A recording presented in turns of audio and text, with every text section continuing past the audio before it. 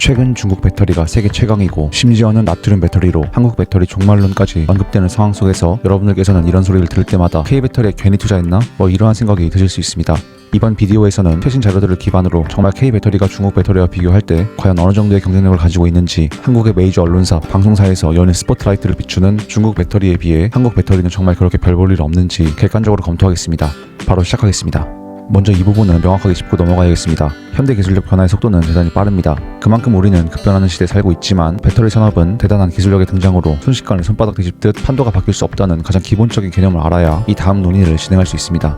이는 이 산업을 아주 조금만 공부해도 알 수 있는 사실이며, 그렇다 보니 그동안 이원의 소금 배터리를 포함해서 그래핀 배터리, 리튬황 배터리, 그 어떤 것도 한국 기자들이 말하는 바와 같은 게임 체인저가 될 수 없었습니다. 이차원지 산업은 첨단 산업이지만 단 한 개의 불량 배터리도 용납할 수 없는 보수적인 산업입니다. 만약 한 개의 불량 배터리로 인해 대형 인명사고라도 발생한다면 대규모 리콜 사태를 피할 수 없고, 고객사와 셀메이커 업체에 심각한 이미지 타격은 물론 회사의 존립이 위태로운 수준의 천문학적 금전 피해까지 발생할 가능성이 있습니다. 따라서 전기차에 들어가는 배터리는 신기술이 나온다고 마구잡이로 채택할 수 없습니다. 테스트 기간만 해도 기본이 5년이며 많은 기업들이 전고체, 나트륨 배터리 등의 신기술을 발표하고는 있지만 실제 양산 단계까지 가는 경우는 극소수입니다. 실리콘 응급제와 같이 소재 하나 바꾸는 데만 해도 엄청난 시간이 소요되고, 여러분들께서도 다 아시다시피 실리콘 응급제도 얘기가 나온 지 지금 몇 년이 지났음에도 제대로 적용을 못하고 있습니다. 소재 하나를 바꾸기도 어려운데 조성비 자체를 완전히 바꿔서 금방 새롭게 만들 수 있다는 가설 자체가 넌센스입니다. 셀 양산이 그렇게나 쉽고 신기술의 등장에 따라 옛것을 모두 뒤집을 정도로 간편하다면 누스볼트는 왜 무너졌고 테슬라가 왜 배터리 자체 생산을 포기했는지 설명할 수 없습니다. 어쨌든 그렇다면 이러한 관점에서 최근 특히 한국에서 엄청난 주목을 받는 CATL의 소금 배터리를 검토해 보겠습니다. 어쨌든 우리는 학자가 아니기 때문에 이 뉴스를 투자 관점에서 반영할지 말지를 결정해야 합니다. 만약 소금 배터리가 세상을 바꿀 파멸적인 신기술이라고 100번 1000번 양보해도 이것이 우리가 생각하는 전기차에 들어가서 우리가 타게 되는 그 실제 현실화 국면에 이르기까지는 5년 이상이 걸린다는 것이 투자 관점에서 바로 첫 번째 고려사항입니다. 둘째로 로이터 기사를 비롯한 외신 보도들의 근거는 100% CATL의 최고 기술 책임자 가오 후안의 프레젠테이션 내용을 기반으로 한다는 것입니다. 작년과 재작년에도 중국에서 세계를 평정할 신기술을 개발했다고 했지만 여전히 배터리는 LFP와 3만 개뿐이고, 엄밀히 소금 배터리 얘기도 작년부터 있어 왔습니다. 즉 과장과 스포트라이트는 늘 대단했지만 중국이 중국했다고 표현을 해야 하는지 가시적인 성과는 없었다는 것입니다. 이런 상황 속에서 CATL에서 발표한 프레젠테이션 내용을 아무런 검증 없이 모두 믿어줘야 하는 건지 솔직한 말로 의문이 듭니다. 100번 1000번 양보해서 가오 후안의 발표를 100% 믿어준다고 해도 킬로그램당 175W의 밀도는 LFP에 근접한 수준이지 K배터리 하이니켈의 킬로그램당 300W의 밀도를 앞질렀다고 해석할 수 없습니다. 밀도로 낮지만 기자들이 강조하는 가격도 문제입니다. 소금 배터리는 리튬이 들어가지 않아서 기존의 배터리보다 가격 면에서 압도적인 우위가 있다는 보도도 역시 사실이 아닙니다. 과거 자료이긴 하지만 가격 비교를 위해 논문을 보면 소금 배터리의 원가는 양산 단계에서 킬로와트 시당 40에서 77달러 수준입니다. 요즘 메탈 판가 자체가 너무 저렴해져서 그렇지만 이 생산 원가는 기존 LFP 3원계 배터리 대비 특징적인 수준이라고 할 수 없습니다. 그나마 사이클 횟수가 1만이라는 것, 프레젠테이션 내용을 그대로 믿어준다면 2000 사이클을 기점으로 80% 수준까지 성능이 떨어지는 3원계 배터리보다 딱 하나 강점이 있다고 할 수도 있겠습니다. 하지만 여전히 한국의 하이니켈 대비 절반가량 낮은 에너지 밀도, 또한 가격 면에서 메리트가 크게 없다는 점에서 가오 후안의 말을 100% 신뢰한다고 해도 소금 배터리는 판도를 바꿀 기술력이라고 할 수 없습니다. 즉 정리하자면 배터리는 상용화까지 마치 임상 단계를 거치듯 긴 테스트 기간이 필요하다는 점, 늘 그렇듯 중국 기업이 하는 주장은 신뢰도가 떨어진다는 점, 가격 면에서의 특징적인 우위도 없다는 점을 이유로 한국 기자들의 소금 배터리 대세설은 부정하는 것이 합리적입니다. 미디어가 메시지다라는 말을 한 맥루아는 미디어의 자기 복제 기능에 대해 언급합니다. 나트륨 배터리가 시장을 싹쓸이해서 조만간 우리가 소금 배터리가 탑재된 차량을 탈 것처럼 보도하는 기사들은 최소한의 기본적인 조사도 거치지 않고 복사 붙여넣기 하며 퍼졌고, 그들의 거짓 보도에 의해 만들어진 하나의 트렌드입니다. 속지 않으시기 바라겠습니다. 다음으로는 오늘의 메인 주제인 중국 배터리의 경쟁력입니다. 중국 배터리의 강점만을 집중적으로 보는 의견은 다음과 같습니다. 중국 배터리는 그동안 13억 인구가 받쳐주는 엄청난 규모의 내수 시장과 공산당의 폭발적인 지원에 힘입어 성장을 지속했지만, 자국 전기차 시장이 성숙 단계에 진입하며 위기 국면에 진입했다는 괘씸한 소수 음해 세력들의 견해가 있습니다. 하지만 우리 중국의 내수 시장 수요는 여전히 건재하며, 특히 유럽 시장은 LFP가 아닌 3원계 배터리로 적극적으로 공략하고 있습니다. 한국이 하이니켈 배터리에서 앞서간다고 하는데 중국도 충분히 할 수 있습니다. CATL, BYD, EVE 등 중국에는 이미 리튬 채굴부터 시작해서 완벽한 수직 계열을 이룬 거대 배터리 기업들이 있고, 세계 최고의 점유율을 자랑하며 신기술 개발에 성공하고 있습니다. 비록 트럼프 때문에 미국 시장 진출이 막힌다고 해도 유럽 시장과 아시아 시장을 기반으로 여전히 강력한 점유율을 유지할 수 있으며, 실제로 CATL 스페인, 사라고사 공장 건설 등 이미 그러한 움직임은 시작되었습니다. 자, 여기까지가 중국 배터리의 핵심 경쟁력입니다. 투자에 있어 우선순위는 무조건 높은 수익, 즉 돈이고 애국심이 아닙니다. 중국 배터리가 그렇게 유망하고 뛰어나다면 K배터리 투자 접고 CATL, BID를 보유 종목에 포함시킬 수도 있습니다. 그렇지만 방금의 이 주장들은 전부 손쉽게 깨지거나 사실 근거로 하고 있지 않습니다. 하나하나 뜯어보겠습니다. 중국 전기차 시장은 2024년부터 성숙기에 진입하였고 성장률이 급격히 둔화되었습니다. 초기에는 90% 이상을 보이기도 하던 중국 전기차 시장의 성장률은 블룸버그에 따르면 2024년 17%로 둔화되었습니다. 이를 한국에서처럼 소위 캐즘이라고 할 수도 있지만 중국 시장은 이미 2025년 1분기 전기차 침투율이 38%를 돌파했기 때문에 얼리어답터들이 수용한 이후 나타나는 초기 시장에서의 캐즘은 변명이 될 수 없습니다. 게다가 성장률이 2022년 92.4%, 23년 40.9%, 24년 17.3%로 점진적으로 떨어진다는 점에서 성숙기 시장 진입의 징후로 해석하는 것이 타당합니다. 게다가 앞서 말씀드렸던 중국 대형 셀메이커 업체들의 재고 축적 일수가 중국 승용차 시장정보 연석회 자료에 따르면 45일 이상으로 증가하며 공급 포화 상태에 이르렀습니다. 따라서 튼튼한 내수 시장에서의 매출과 그에 따른 현금 흐름을 근간으로 하는 대규모 카펙스 투자와 해외 수출로 날개를 다는 듯한 계획은 실제 실현 가능성 자체에 그는 의문점을 배제할 수 없습니다. 최근에 중국 내수 시장 배터리 사용량이 약간 증가했지만 이러한 성장은 결과적으로 조기 성숙을 가속화할 뿐입니다. 지금 국면에서 더 빠르게 성장해봐야 오히려 시장 수명의 소진을 앞당길 뿐이라는 것입니다. 두 번째로 중국이 볼보와 벤츠 등 유럽 완성차 업체 지분을 상당 수준으로 확보하면서 유럽이 중국의 뜻대로 움직일 것이라는 과장된 해석이 언론사들을 필두로 일각에서 확산되고 있습니다.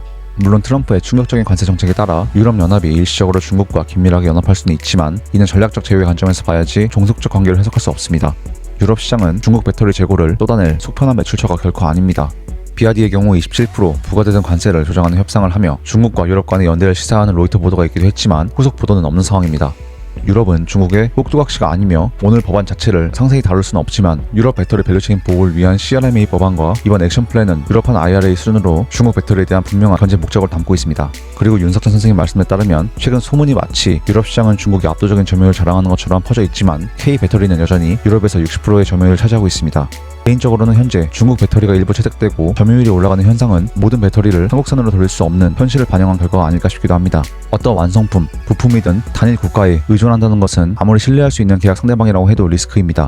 특히 첨단 산업에 있어 심장과도 같은 배터리를 한국에만 의존한다면 유럽 산업 전반에 치명적인 손실이 발생할 수 있는 위험을 전적으로 한국 기업들과 한국에게 맡긴다는 것이기 때문에 부담스럽습니다. 이 부분은 CRMA 법안 조항이 또 훌륭한 참고가 될 것 같습니다. EU에서 애초에 중국을 겨냥해서 넣은 조항이지만 단일 비EU 국가로부터 핵심 원자재 수입 의존도를 65% 제한합니다. 완성셀은 물론 여기서 명시하는 핵심 원자재는 아니지만 유럽의 배터리 밸류 체인이 한국 배터리에 100% 의존할 수 없음을 이해하는 정황 자료로 이해할 수도 있겠습니다. 세 번째입니다. 3원기 하이니켈 배터리를 중국이 만들어낼 수 있다고 해도 이것이 곧 그들의 경쟁 우위가 될 수 없습니다. K배터리 셀메이커 3사의 배터리 수율과 양산 능력은 독보적입니다. 물론 중국의 유럽 전기차의 물량들이 전량 자체 생산한 하이니켈이라고 해도 중국 배터리는 애초에 국가 차원에서 설정한 방향성 자체가 LFP 배터리이고 LFP가 가진 구조적 한계를 어떻게 극복할지가 항상 문제였고 연구 과제였습니다. 물론 중국도 양산 능력이 아예 없다고 할 수는 없지만 지금 와서 하이니켈에서 중국이 한국을 따라가려면 전체 산업 로드맵을 뒤엎어야 할 만큼 전략 전환의 비용이 큽니다.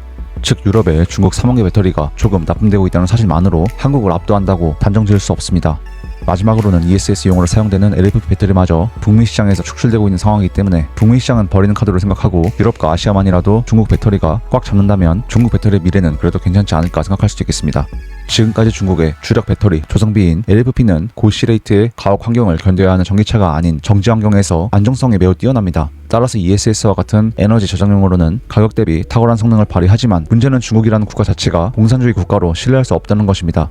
굳이 중국의 외교적 결례나 중국 업체들의 계약 불이행 전례 등을 논할 것도 없이 시청자분들께서도 중국산 전자기기를 적극적으로 신뢰하실 수는 없을 것입니다. 이런 중국 배터리를 사용하는 것은 퍼스널 모빌리티는 물론이고 국가의 핵심 시설인 댐이나 발전기, 군사 장비에 적극적으로 채택하기는 대단히 부담스럽고 어떻게 보면 엄청난 리스크 요인입니다. 나아가 전 세계의 협종 정서는 아직도 여전합니다. 중국에서 시작된 코로나 바이러스로 인해 전 세계가 입은 피해, 나아가 그에 대한 피해 보상이나 책임 인정이 없다는 점 등을 이유로 굳이 미국을 특정하지 않더라도 이는 퓨 리서치 자료를 보시다시피 여전히 심각합니다. 보안 문제에도 불구하고 굳이 중국 배터리를 쓴다고 해도 이것이 해당 국가의 국민들에게 어떤 평가를 받을지 또한 곰곰이 생각해볼 필요가 있습니다. 배터리는 단순한 건전지가 아니고 전력망, 국방, 자율주행 인프라 등 국가 안보와 직결되는 전략 물자입니다. 전기차 역시 단순히 차가 전기로 간다기보다는 이제는 하나의 거대한 컴퓨터와 같기 때문에 보안이라는 치명적 리스크를 감수하고 소비자들이 중국 배터리를 적극적으로 채택할지도 미지수입니다. 중국 배터리에 대한 보안 문제는 만약 중국 배터리의 성능이 정말 압도적이라고 한들 이 하나 때문에 채택 자체가 불가할 만큼 심각한 문제입니다. 앞서 말씀드린 바와 같이 미국은 발빠르게 이미 IRA나 NDA를 통해 중국산 배터리를 연방 조달망과 프로젝트에서 제외하고 있습니다. 간단히 생각해봐도 이건 너무 당연한 문제입니다. 킹스맨 영화의 한 장면처럼 여러분들께서는 쉽고 간편하다고 머리에 항시 폭발 가능한 유심을 심지는 않을 것입니다. 내용이 많았는데 결론적으로 정리하면 최근 특히 한국에서 주목받고 있는 중국의 나트륨 배터리는 한국 배터리의 종말을 언급할 수준의 기술력이 아닙니다. 그리고 중국 배터리는 아직도 넘어야 할 도전 과제들이 산더미입니다. 한국 언론들이 이런 사실들을 전부 무시하고 중국 배터리가 세계 최고라고 떠든다면 심각한 수준으로 무지하거나 누군가의 지시에 따라 움직이고 있다고 밖에 해석할 수 없습니다. 배터리 산업이 신기술에 따라 이리저리 휘둘릴 리가 없는 극도로 보수적인 산업이라는 아주 기초적인 이해만 있어도 특정한 신기술 등장에 따른 한국 배터리 종말이라는 황당한 주장은 할 수조차 없습니다. 두 번째 논의로 중국 배터리 산업의 투자 매력 요인들을 찾으려고 노력했지만 도저히 중국 배터리의 미래가 밝다는 결론을 내릴 수 없었습니다. 사실 중국 배터리가 가진 치명적 문제인 보안성 단 하나만으로 중국 배터리가 그렇게 훌륭하지도 않지만 만약 대단히 훌륭하다고 해도 채택할 이유가 대부분 사라집니다. 중국 배터리는 앞으로도 대규모 생산을 통해 낮은 가격으로 승부를 보려고 하겠지만 영화에 나오는 바와 같이 앞으로는 우리의 신체 일부와 같은 자동차에 중국 배터리를 사용하는 것은 우리 머리에 폭탄을 씹는 것과 비슷합니다. 한국 언론들은 이러한 단점은 절대 보도하지 않고 장점만을 단편적으로 보도하지만 투자자분들께서 이 비디오를 통해 진실을 알게 되셨으면 좋겠습니다. 저는 앞으로도 올바른 정보들을 기반으로 시청자분들의 투자를 돕겠습니다. 그렇다면 오늘 영상을 마무리하며 혹시 구독과 좋아요 한 번씩 눌러주시면 앞으로도 제 이러한 공부 자료들을 가장 빠르게 계속 바라볼 수 있습니다. 저는 작지만 계속 이렇게 정확한 정보들을 꾸준히 애청자님들께 전달하도록 하겠습니다. 여기까지 긴 영상 시청해주셔서 감사드립니다.